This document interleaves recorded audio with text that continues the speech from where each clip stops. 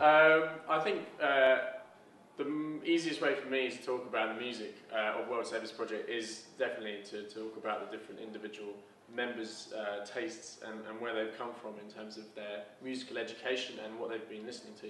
We have a drummer who's very enthusiastic about all kinds of heavy rock and metal. We have a trombone player who is very interested in contemporary classical music as well as early music and different types of jazz. And both our bass player and sax player listen to lots of funk and lots of jazz as well. And I think, obviously, when I write the music, I'm thinking about those people.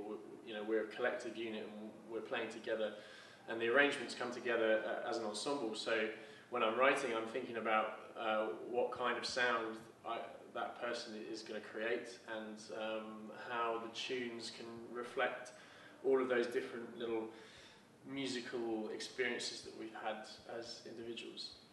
No? There's one thing that you could add to that maybe, which is that as well as fusing lots of different influences, I think we've been ourselves influenced by certain UK bands like Trio VD, Lead Bib, Polar Bear, Acoustic Ladyland, who kind of have done this rock and jazz fusion, to put it in a kind of basic way.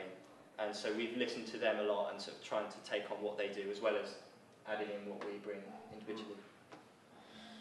And the second question, I'd say, in terms of artists, Frank Zappa is an interesting one because that was someone an artist I'd never listened to until about probably a year ago. And when we were playing 2 years ago, everyone came up to me and said, "You must listen to Frank Zappa. You must, you know."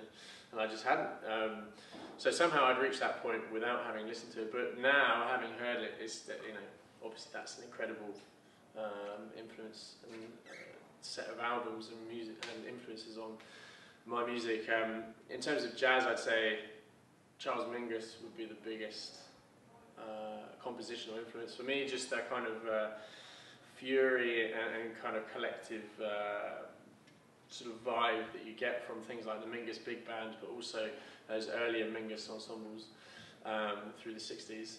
Late Coltrane as well, and obviously there's more popular influences, Rage Against the Machine, Weather Report, Chick Corea, that kind of stuff, fusion and funk through the 70s and 80s as well, and some more grunge kind of things, as you mentioned, in the 90s.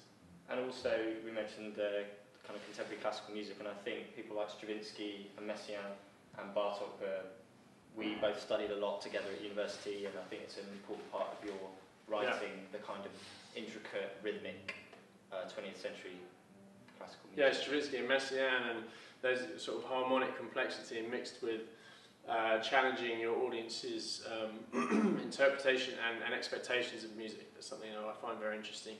And as well, I'd refer to an English composer and piano player, Django Bakes, people like that, who are really pushing the boundaries of the relationship between the stage and the front row, you know, the kind of the band and the audience and how they relate to each other. You know, throughout history there's been composers doing that kind of thing, and that's something that really interests me as a musician, I think. And 12 Points Festival, how was that? Yeah, 12 Points was a really good experience for us. I mean, we've never really come across a festival like it, and probably never will. And you know, the huge range of artists and bands that we managed to meet and we managed to play with was incredible. And I think we probably all took away individual and also ensemble kind of influences, which was for us invaluable, really. So a massive step for us to play at 12 Points, and a real honour as well. And I think a really important part of it that was really inbuilt into the festival was that it was a really good social experience between all the musicians, and there were already connections being made between some of the bands and some of the musicians, and that's so important, as well as showcasing your music, because it helps European music, European jazz to move forward, people to play with each other. And it was a great part of it for us, meeting these new people. It was very reassuring as well, in a way, you know, that there are other people doing this, and you're not on your own. And we all came together in Porto this year and spent some time together, and then you can take a little of that vibe, of that experience, you can take that home with you, and it really adds to what you're doing, I think.